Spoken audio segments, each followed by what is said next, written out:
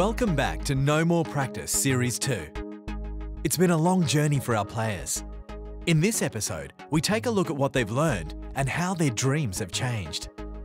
My journey, personally, for the last 2 to 3 months has been quite amazing, the whole transition from where I thought we were to where I know we're going to be. Just having access to so many knowledgeable people, you know, people who are regarded as absolute experts and leaders within their own field, and their willingness to share all of their ideas to a bloke like me.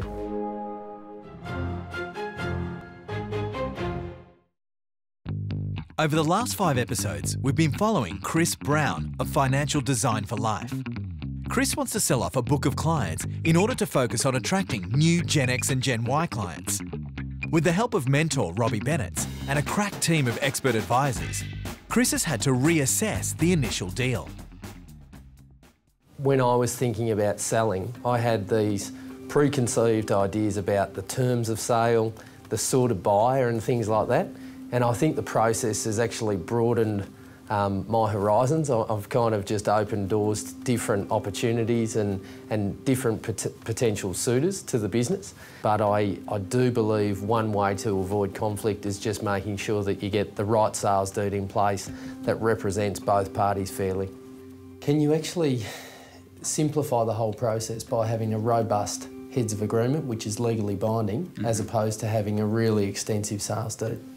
In my experience, it doesn't really work. You end up with, I've seen heads of agreement that run for 25 pages. It defeats the purpose. We're trying to deal with a simple document that deals with the core commercial terms, together with some critical binding provisions like exclusivity, enforceability and confidentiality. Everything else can wait for the main event. Sure.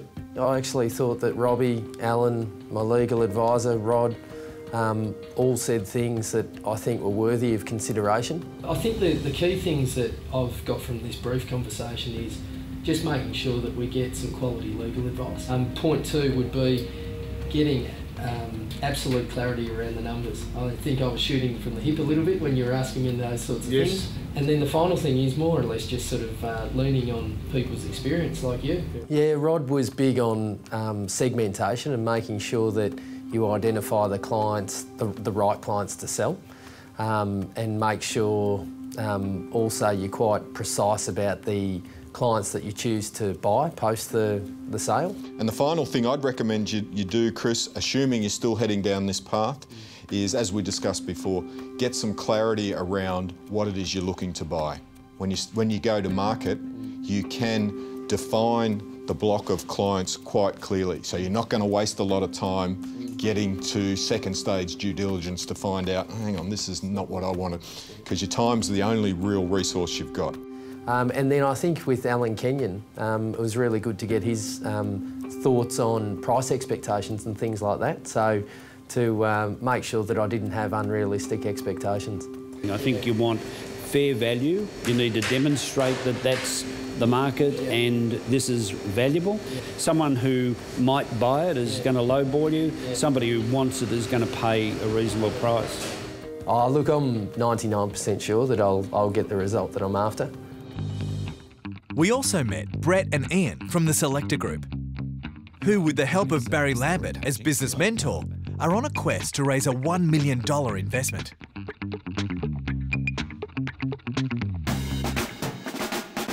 For Brett and Ian, the big question was around debt versus equity. The team of experts all had something to say about that. Debt, of course, from a business point of view, will give you the best outcome. Yeah. Yes. Now is not the time to be taking unnecessary and uncalculated risk, particularly where you're looking to borrow money. I would absolutely be looking at a debt solution as my preferred choice. If you're going to bring in an equity partner, someone that gives you the money and stays away, well, yeah, that's okay. But why wouldn't you have someone that gives you the money that then brings something to the table that you haven't got? Absolutely. I'd caution to think about why you really want that capital and what you're going to use it for.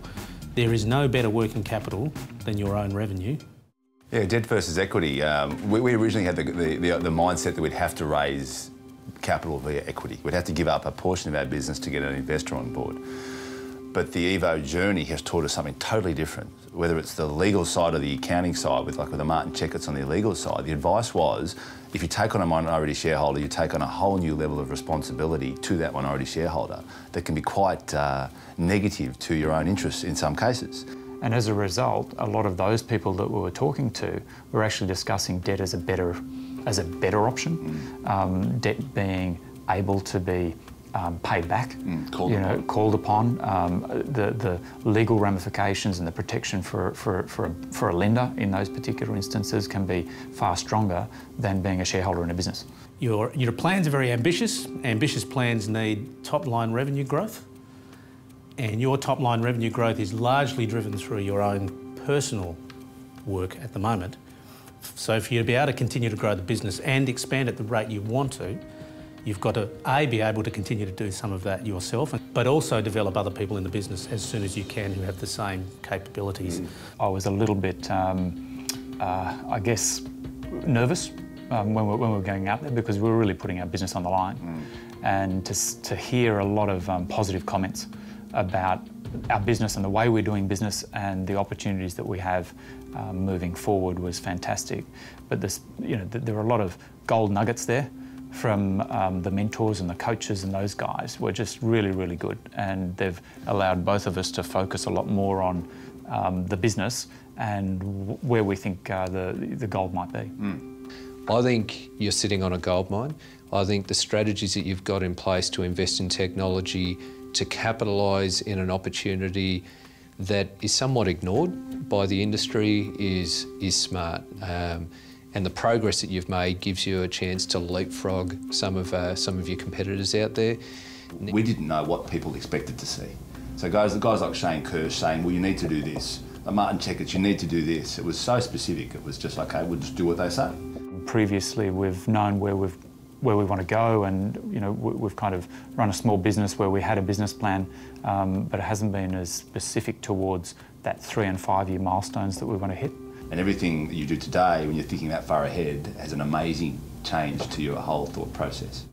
Throughout this series, our players' and experts' opinions were judged by some of the industry's leading authorities, who in the next series of No More Practice will get presented with the new business plan. How do our players feel about that? I think it's going to be a culmination of 3 months of work. So when you're prepared intensely for something for that long, I'm hoping we're not nervous. We shouldn't be. We should know our numbers better than anyone ever does. So it should be a straightforward presentation of the facts. I think the last thing I'll mention is that we got 20/20 vision out of this, absolute clarity on where we're going. And as Ian mentioned, we were a bit foggy 3 months ago in hindsight. That's not the case today. So if you had have said to me at the start, this is the succession plan for these particular clients, I would have probably said, geez, I wasn't expecting that. And will our players live up to their mentors' expectations? The challenge now is, and again I use that term Judgment Day because I know it's coming up for you, is to make sure that we get everything in order, that you can sit in front of everybody knowing that you have addressed every potential issue and that it fits into the industry of the future as well. Yeah, excellent. I imagine that the judges will want to make sure that you not only know what you're doing, but you're seeking advice. So I think that you'll end up being winners on that Judgment Day. I like it.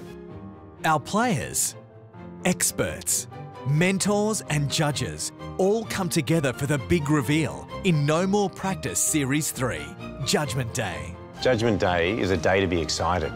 Oh, it all's going to be revealed on Judgment Day, so I'm looking forward to seeing what happens. I think they've got no chance. Buckley's a no.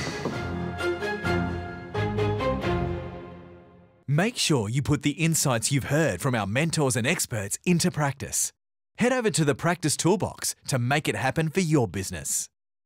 And remember, if you'd like to ask our experts a question or meet them via LinkedIn, head over to our Players page or join in the conversation by commenting on our blog.